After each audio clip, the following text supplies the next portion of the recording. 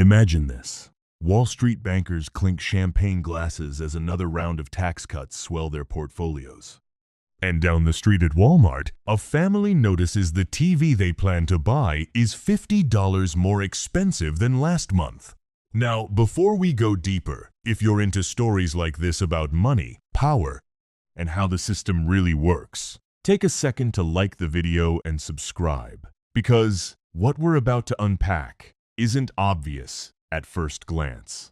The connection between those two scenes isn't obvious, but it's real. Because while politicians brag about big, beautiful tax bills for the wealthy, the quiet math in Washington has already decided who pays the tab. And the answer, as usual, isn't the billionaires. It's you. Tariffs. They sound like a tax on foreign countries. A penalty slapped on China, India, or Europe. A patriotic flex. America first. Foreigners footing the bill. But here's the truth. History never hides. Tariffs are a tax. And they've always been a tax on the people at home. Here's how it works in practice. The U.S. government slaps a tariff, say 25%, on an imported product. The importer, the company that actually brings it into the country, now pays that extra cost at the port.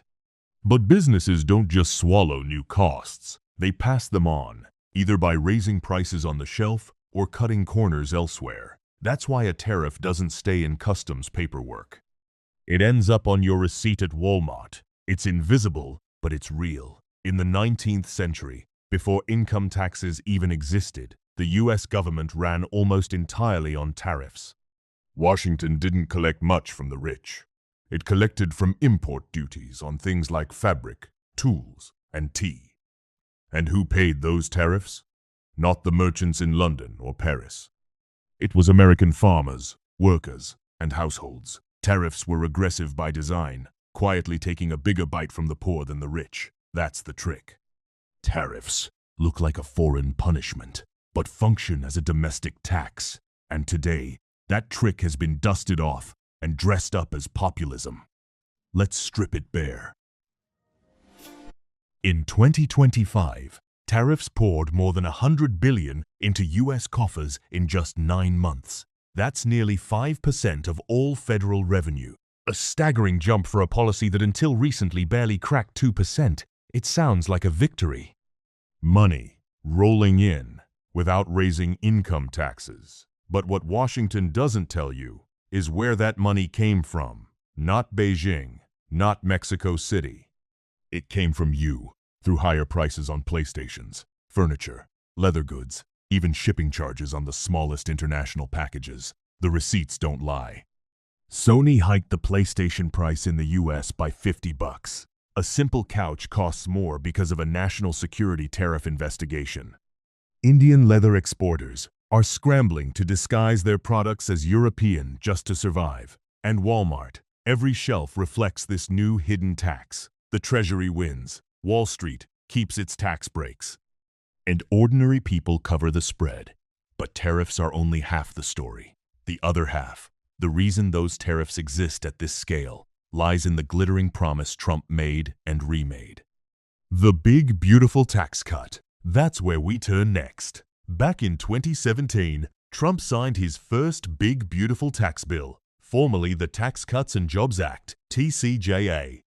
The sales pitch was irresistible.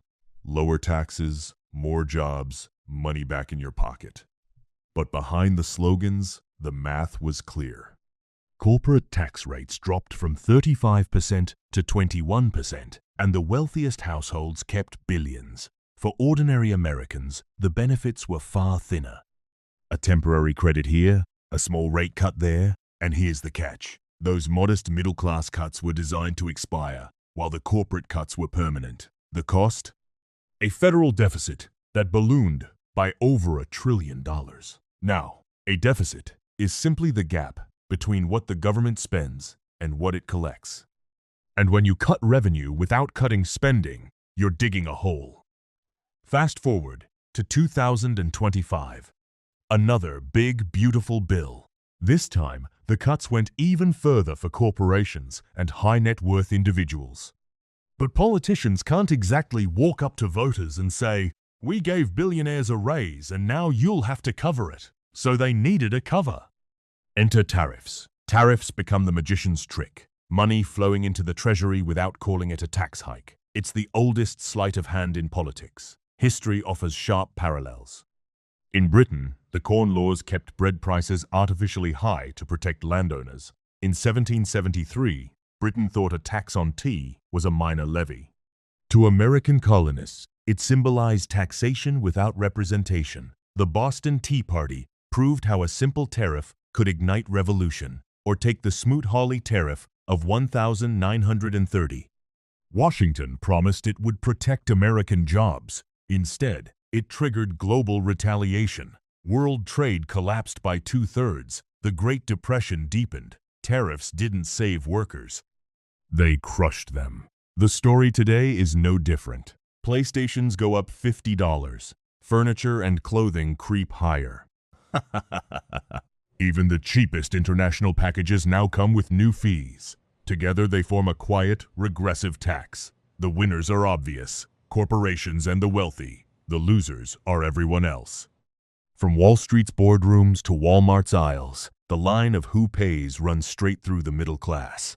Tariffs offer a visible emotional win now and bury the pain in small, invisible losses later. That's the heart of the illusion. Consumers pay more. Producers lose the incentive to innovate. Tariffs don't come out of foreign treasuries. They come out of your wallet. If you made it this far, don't forget to like the video and subscribe.